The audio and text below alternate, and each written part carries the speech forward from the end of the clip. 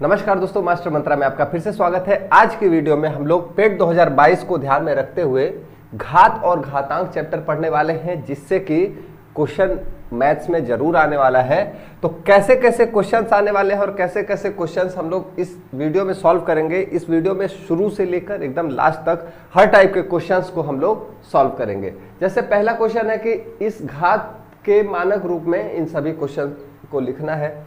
अगला है कि 16 टू द पावर -2 और 16 टू द पावर 1/2 इन दोनों में क्या डिफरेंस है, ऐसे क्वेश्चंस को कैसे सॉल्व करते हैं, ये सभी क्वेश्चन को हम लोग चुटकियों में सिर्फ देखते देखते तुरंत ही सॉल्व कर पाएंगे।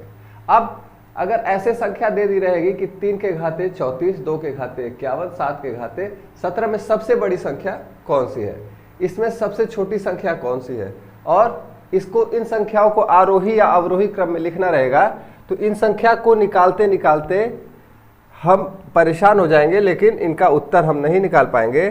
तो इसलिए वीडियो को लास्ट तक देखना बहुत ही ज़्यादा जरूरी है और बहुत ही कम समय में हम लोग इस पूरे टॉपिक को कवर करने वाले हैं। सबसे पहले समझते हैं घात होती क्या है। घात जैसे किसी संख्या का उसी संख्या में बार बार गुणा, जैसे 2 का हमने 2 में 3 बार गुणा कर दिया, 2 का गुणा हमने 2 में 3 बार गुणा कर दिया, तो इसी को हम लिखते हैं 2 के घात 3। ये होता है आधार और ये होता है घातांक। ठीक है, ये आधार है, ये घातांक है। अगर 5 का गुणा हमने 5 में 8 बार किया है, 1 2 3 4 5 है, इसको हम लोग लिख सकते हैं 5 के घात 8। इसका मतलब 5 का गुणा 5 में ही 8 बार हुआ है। ये आधार हो गया, जिसको बेस कहते हैं, बेस या आधार, और ये घातांक हो। ठीक, अब इसके कुछ नियम होते हैं, उन सभी नियमों को हम लोग जान लेंगे और अगर नियमों को पढ़ लेंगे तो और क्वेश्चंस को बहुत तेज कर पाएंगे। अब जैसे मान लो 2 के घाते 3 है और इसमें हम फिर से गुणा कर देते हैं 2 के घाते 4 का, तो क्या हमारा रिजल्ट निकल कर आएगा। पहले 2 के घाते 3 का मतलब 2 गुणे 2, इसका मतलब हो गया गुणे। 2 के घाते 4 का मतलब 2 गुणे 2। यहां पर हम देखेंगे कि 2 के घात 1 2 3 4 5 6 7, 2 के घात कितना हो गया, 7 हो गया। यानी कि अगर इन 3 और 4 को हम डायरेक्ट जोड़ दें 2 के घात, तो 2 के घात 7 हमारा उत्तर आ जाएगा। यानी कि अगर किसी संख्या के घात में m है और उसी संख्या से फिर से गुणा करते हैं, उसकी घात n है, तो हम कह सकते हैं कि उसी संख्या के घात में दोनों घात क्या होती हैं, जुड़ जाती हैं। तो पहला फॉर्मूला हमारा यहां से बन गया। कुछ फॉर्मूले हैं, बस थोड़ा सा पढ़ेंगे, उसके बाद हम लोग क्वेश्चंस को सॉल्व करेंगे। a के घाते m है गुणे a के घाते n है, तो a के घाते m गुणे n हो जाता है। ऐसे ही अगर भाग है या फिर a के घाते m है, जैसे मान लो 2 के घात 5 है भागे 2 के घात 3 है, तो इसको हम लोग कैसे लिख सकते हैं, 2 गुणे 2 गुणे 2 गुणे 2 गुणे 2 बटे 2 गुणे 2 गुणे 2, 2 के घाते 5 बटे यानी कि भागे 2 के घाते 3, एक इससे कट गया, यानी कि 2 के घात 2 बच गया। यानी कि क्या हुआ, इस घात में से ये घात कट गई, यानी a के घात m है भागे a के घात n है, तो हम लोग a के घात m ऋण n इसको क्या कर सकते हैं, लिख सकते हैं। अब आते हैं तीसरे फॉर्मूले पर। अगर a के घात m है गुणे a के घात n है, तो ये तो पता है कि हम इनको जोड़ देते हैं। अगर a के घात p है गुणे फिर से a के घात q है, बहुत सारे, जैसे मान लो 2 के घात 3 गुणे 2 के घात 4 गुणे 2 के घात 5 गुणे 2 के घात 6, ऐसे रहेगा। तो क्या करेंगे, तो इसको क्या करेंगे, 2 के घात 2 गुणे 2 गुणे 2 2 गुणे 2 गुणे 2 गुणे 2 2 के घाते 4 2 गुणे 2 गुणे 2 गुणे 2 गुणे 2 और फिर इसको 6 बार, यानी कि इन सभी को हम लास्ट में क्या करेंगे, जोड़ देंगे। 3 4 7 7 5 12 12 6 18, यानी कि a के घात m गुणे a के घात n गुणे a के घात p गुणे a के घात q कितना भी बार रहे इसको हम क्या करेंगे a के घात m plus n plus p plus q ऐसे ही करते जाए। ठीक है, तो ये एक फॉर्मूला हो गया। अब आते हैं अगले फॉर्मूले पर अगर 2 गुणे 3 है और इसके घात 3, तो इसको हम लोग क्या लिख सकते हैं, 2 तेईस 6, 6 के घात 3 यानी 6 गुणे 6 गुणे 6, 6 6 के 36, 36 6 का 216। और अगर हम क्या करें 2 गुणे 3 के घाते 3 है तो 2 के घाते 3 गुणे 3 के घाते 3 कर दें तो 2 2 4 2 8 गुणे 3 3 के 9 3 27। ठीक, इसका भी हमारा 8 7 56 और 56 8 2 16 5 21 216 हमारा उत्तर आ गया। तो ऐसे हम लोग क्या करेंगे कि अगर कई संख्याओं के गुणाओं में घात है, जैसे a गुणे b के घात m है या फिर बहुत सारे हैं, तब क्या करेंगे, बहुत सारे के घात में क्या है m है या n है, a के घाते m गुणे b के घाते m गुणे c के घाते m गुणे d के घाते m, ये एक फॉर्मूला होता है। अब आते हैं अगले फॉर्मूले पर। फॉर्मूला पढ़ के हम लोग क्वेश्चंस को तुरंत सॉल्व कर पाएंगे, सारे बहुत ज़्यादा इंपॉर्टेंट हैं। a के घाते m और उसके घाते n, जैसे मान लो 2 के घात 3 और इसके घात फिर से 2 है, तो ऐसे क्या करते हैं कि 2 के घाते 3 का गुणा 2 के घात 3 यानी कि 2 के घात 6। अगर हम इसको एक संख्या मान ले तो 2 के घाते 3 और ये 2 की वजह से 2 के घाते 3, या फिर इन दोनों का गुणा कर दो, 2 के घाते 3 गुणे 2 बराबर 2 के घात 6। ठीक है, तो ऐसे होगा अगर a के घात m है और इसके घात फिर से n है तो हो जाएगा a के घात m गुणे n। बस इतना सा मेन कॉन्सेप्ट होता है। एक फॉर्मूला हम लोग और सीख लेते हैं, निगेटिव घात का क्या मतलब होता है। जैसे अगर a के बटे b के घात m है तो इसको हम लोग a बटे b के घात m है, तो जैसे इसमें सभी गुणा थे तो सबके ऊपर लग गया, वैसे ही a के घात m बटे b के घात m, ये एक फॉर्मूला होता है। ठीक, अब निगेटिव घात, जैसे मान लो a के घात ऋण 2 या फिर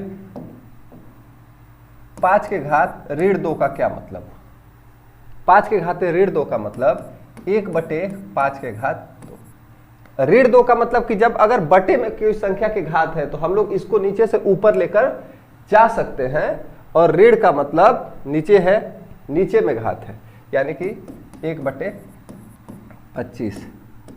10 के घात ऋण 1 का क्या मतलब हुआ, 1 बटे 10 के घात 1 यानी कि 1 बटे 10। ठीक है, 2 के घात ऋण 3 का मतलब 1 बटे, ठीक, ऐसे ही अगर लिखा हुआ है कि 1 बटे 5 के घात 8, इसको हम लोग क्या लिख सकते हैं, 5 के घात ऋण 8। ठीक है, तो ये ऋणात्मक घात हो गई। ठीक, और अब आते हैं कि अगर घातें, यहां पर इसको हम लोग लिख सकते हैं इस फॉर्मूले को,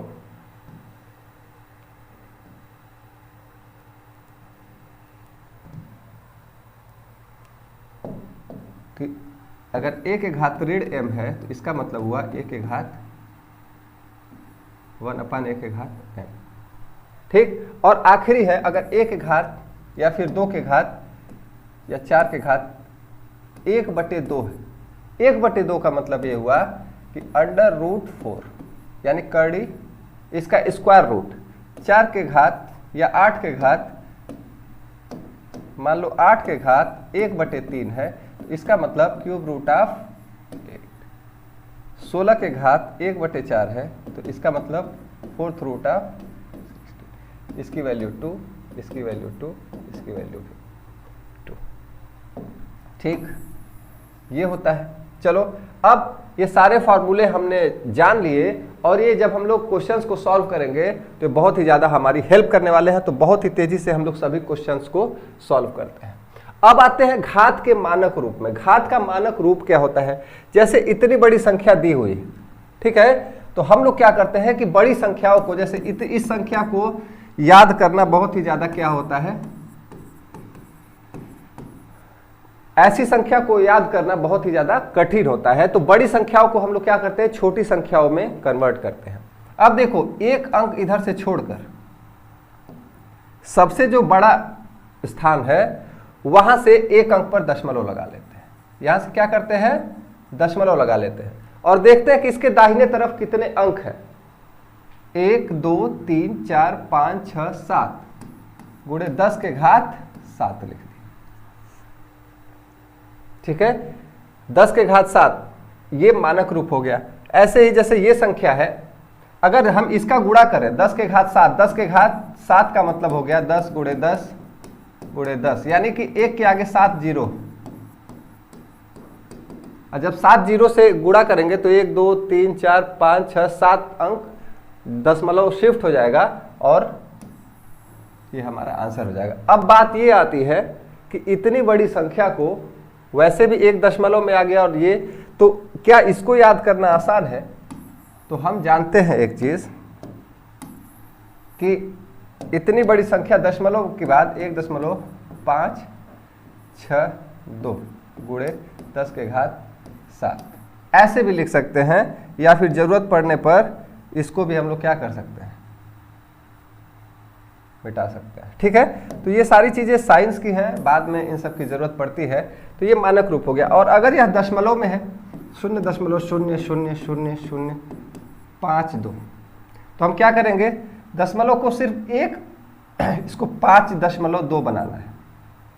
एक अंक इधर रहेगा और बाकी के सारे अंक इधर, तो हमको दशमलव को बाएं तरफ शिफ्ट करना पड़ेगा, दाहिने तरफ। 1 2 3 4 5, यानी 10 के घात ऋण 5, यानी कि बटे में 10 आएगा, ठीक है। बटे में हम 10 से भाग देंगे इसमें अगर, और 10 से गुणा करेंगे तभी ये शिफ्ट होगा। तो ये हमारा मानक रूप आएगा। यानी कि छोटी संख्या से बड़ी संख्या बनाने के लिए 10 के घात ऋणात्मक रहेगा, बड़ी संख्या से छोटी संख्या बनाने के लिए 10 के घात धनात्मक रहेगा। तो अब आते हैं अपने जो क्वेश्चंस हैं उन पर, इनको कैसे हल करेंगे। 1024 को हमको क्या करना है, मानक रूप में लिखना है। तो 1.024 तो हो जाएगा। अब हम दशमलव को कितने इधर लेकर आए, बाएं लेकर आए, 3 अंक। यहां दशमलव रहा होगा, यहां से यहां लाए, यहां लाए, यहां लाए, ठीक। तो 10 के घात 3 हो गया। अब ये क्या हो जाएगा, 1.273582। दशमलव को कितनी अंक लेकर आए, बाएं तरफ, 1 2 3 4 5 6, 10 के घात 6। इसमें हमको दाहिने तरफ ले जाना है, कितने तरफ, 1 2 3 4 5 6, 7.2 गुणे 10 के घात ऋण 6, क्योंकि हम इसको जबरदस्ती क्या कर रहे हैं, बड़ा दिखाने की कोशिश कर रहे हैं, तो घात हमारा छोटा हो जाएगा, ऋणात्मक में हो जाएगा।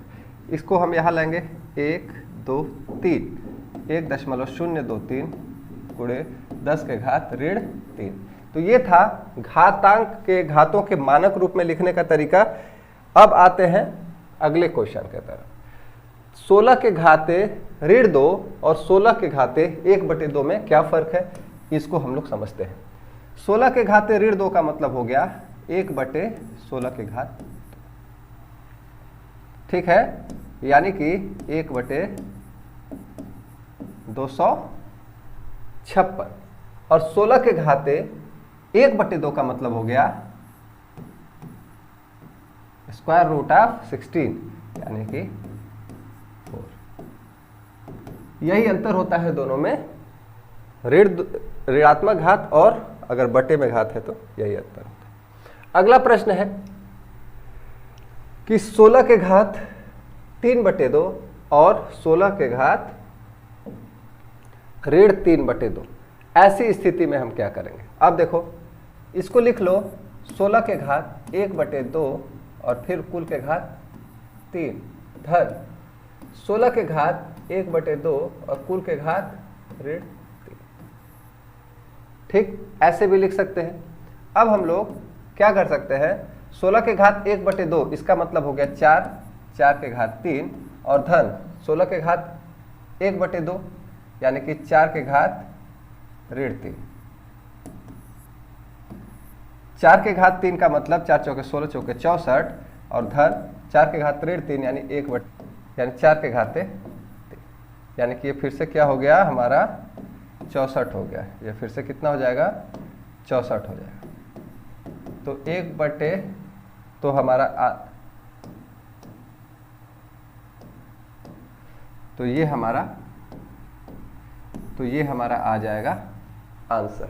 ठीक है, ये हमारा आंसर आ जाएगा। इसको हम लोग आगे सॉल्व करेंगे तो जो आंसर आएगा उसको मिला लेंगे।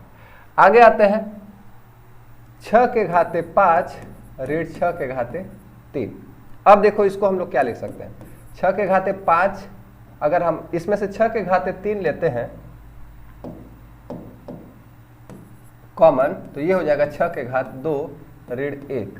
अब ऐसा क्यों हुआ देखो, इसको लिख सकते हैं 6 के घाते 5 को 6 के गुणे 6 गुणे 6 गुणे 6 गुणे 6 ऋण 6 के घाते 3 को 6 गुणे 6 गुणे 6, यानी कि अगर हम 6 गुणे 6 कॉमन ले ले, दोनों में है, तो यहाँ बचेगा 6 गुणे 6 ऋण 1, जो कि मैंने यहाँ पर लिखा है। 6 के घाते 3 को कॉमन ले लिया तो 6 स्क्वायर ऋण 1, तो हो जाएगा 216 और ये हो जाएगा 36 ऋण 1, यानी कि 216 गुणे 35, और 216 का आप 35 में गुणा कर देंगे तो हमारा आंसर आ जाएगा। गुणा करके देख लेते हैं कितना आता है। 216 गुणे 35 6 25 30 3 एकम 3 5 8 5 दूनी 10 6 3 18 3 एकम 3 1 4 3 दूनी 6 0 6 5 7 7560 हमारा आंसर आ जाएगा। आते हैं अगले क्वेश्चन की तरफ। अगला क्वेश्चन है 17 के घात 12 गुणे 17 के घात 14, तो हमारा आंसर क्या हो जाएगा 17 के घात 12 धन 14। ए और बी वाला फॉर्मूला हो जाएगा, यानी कि 17 के घात 26।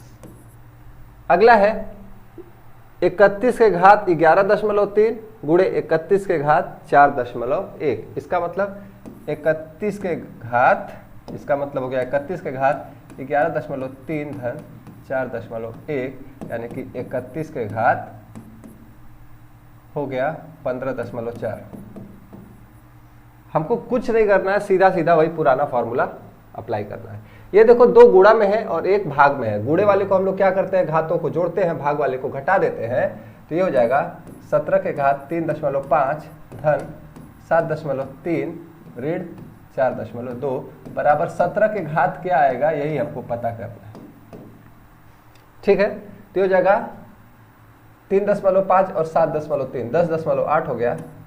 17 के घात 10.8 और ऋण 4.2 बराबर ये हो जाएगा 17 के घात 6.6। 17 का क्वेश्चन मार्क, तो क्वेश्चन मार्क बराबर हो जाएगा 6.6 आंसर आ जाएगा। ठीक है, 17 के घात 6.6 हमारा उत्तर आ जाएगा। ये कुछ ऐसे सवाल दिया हुआ है, अलग अलग है, अलग अलग संख्याएं हैं, इसको सभी को हम लोग 6 के फॉर्म में लिखेंगे। तो ये हो गया 6 के घात 4 गुणे 36 को लिख लो 6 के घात 2 और इसके घात फिर से 2, ये 36 के घात 2 फिर से हो गया और ये हो जाएगा 6 के घात 3, क्योंकि 6 का क्यूब 216 होता है। अब बराबर 6 के घात कितना, यही हमारा क्वेश्चन है।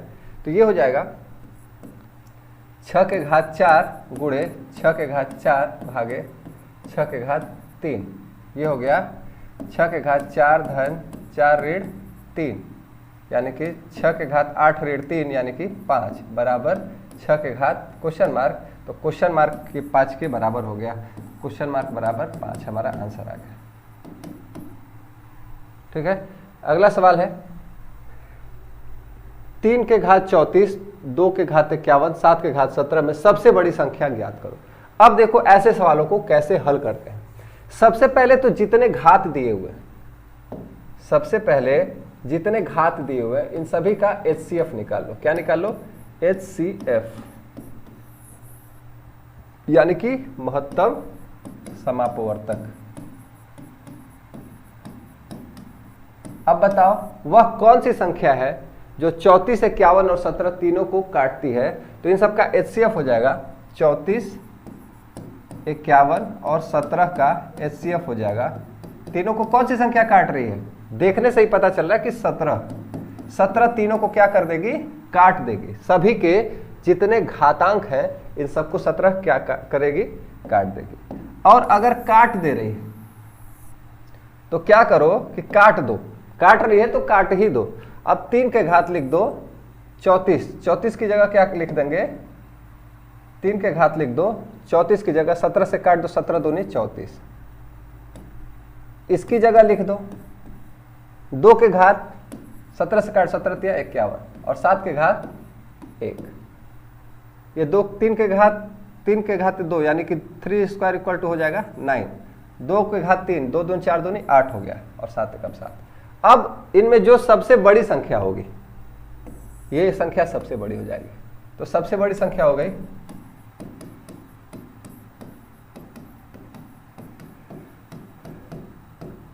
3 के घात 34 हमारा आंसर है। ठीक है, ऐसे ही इन सवालों को लगाते हैं। जितने घातांक हैं उन सभी का HCF निकाल लो, महत्तम समापवर्तक, यानी कि वह संख्या पता करो कि जो सभी घातों को काट दे, वह बड़ी से बड़ी संख्या। फिर घातों में भाग दे दो, काट ही दो उसको, और काटने के बाद इसको थोड़ा सा सॉल्व करोगे तो हमको पता चल जाएगा कौन सी संख्या सबसे बड़ी है, कौन सी सबसे छोटी। नहीं समझ में आया तो अगले क्वेश्चन में आपको पक्का समझ में आ जाएगा। 2 के घात 50, 3 के घात 40, 4 के घात 30 और 5 के घात 20 में सबसे छोटी संख्या क्या है? कौन सी है? अब देखो 50, 40, 30, 20, 50, 40, 30, 20, इसका HCF कितना हो जाएगा? इसका HCF कितना हो जाएगा? वह कौन सी संख्या है जो इन सबको काट रही है बड़ी से बड़ी? वह हो जाएगी 10। अब HCF है तो HCF से भाग दे दो। ये हो जाएगा 2 के घात 5, ये हो जाएगा 3 के घात 4, ये हो जाएगा 4 के घात 3 और ये हो जाएगा 5 के घात 2। इसको हल करो, 2 दूनी 4 दूनी 8 दूनी 16 दूनी 32। इसको 3 तरीके 9, 9 तरीके 27, 27 तरीके 81। इसको 4 चौके 16, 16 चौके 64 और इसको 5 पचे 25। 5 गुणे 5 25 हो गई। अब इसमें सबसे छोटी संख्या, इसमें बताओ सबसे छोटी संख्या कौन सी है? 32, 81, 64, 25 में सबसे छोटी संख्या 25 है। तो हमारी सबसे छोटी जो घातांक में संख्या दी हुई है वो ये हो जाएगी। तो सबसे छोटी संख्या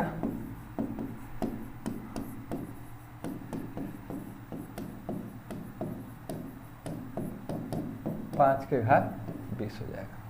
ठीक है, अगला सवाल है कि 2 के घात 250, 3 के घात 150, 5 के घात 100 और 4 के घात 200 संख्याओं को आरोही क्रम, आरोही यानी कि बढ़ते क्रम में हमको लिखना है। अब देखो इसको कैसे लिखेंगे। इन 250 से 150, 250, 150, 100 और 200 का HCF कितना हो जाएगा या मौसक कितना हो जाएगा? 100 वह संख्या है जो इन सबको, सॉरी 100 नहीं होगा 50 होगा। 50 वह संख्या है जो इन सभी को क्या करेगी? पूरी काट देगी, वह बड़ी से बड़ी संख्या। तो काट रही है तो काट दो। 2 के घात काटो 5 बार हो जाएगा। 3 के घात 50 से काटो 150, 3 बार हो जाएगा। 5 के घात 50 से काटो 100 को 2 बार हो जाएगा और 4 के घात 4 हो जाएगा। आरोही क्रम में लिखना है। अब ये हो जाएगा हमारा, तो 2 दूनी 4 दूनी 8 दूनी 16 32, 3 तरीके 9 तरीके 27, 5 पचे 25, 4 चौके 16 और 16 गुणे 100 216। अब देखो इसमें सबसे बड़ी संख्या आरोही क्रम यानी कि छोटी से बड़ी संख्या के तरफ सबसे छोटी कौन सी हो जाएगी? ये वाली, यानी कि आरोही क्रम इसका हो जाएगा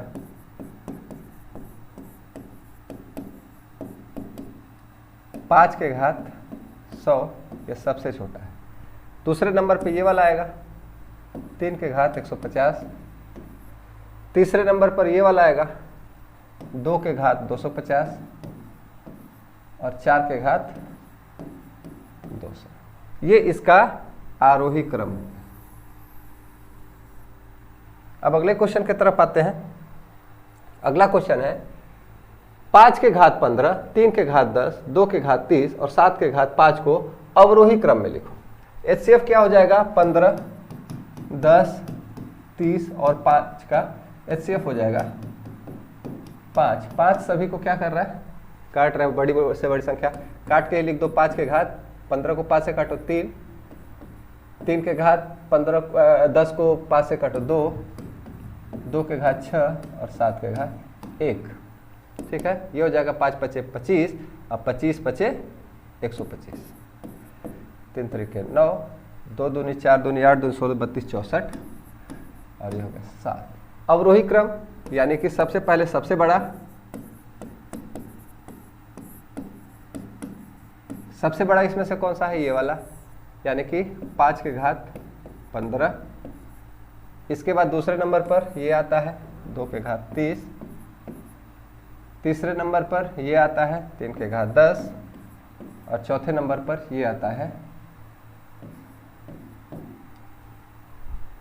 ठीक, ये हमारा हो गया अवरोही क्रम। तो उम्मीद करता हूं कि सभी प्रश्न आपकी समझ में आए होंगे। एग्जाम्स में आप इतनी ही आसानी से सभी प्रश्नों को लगा पाएंगे। अगर कोई चीज़ नहीं समझ में आई तो कमेंट बॉक्स में कमेंट करें, मैं उसका जवाब जरूर दूंगा। मिलते हैं अगले वीडियो में, तब तक पढ़ते रहें। Best of luck for exam. Thank you.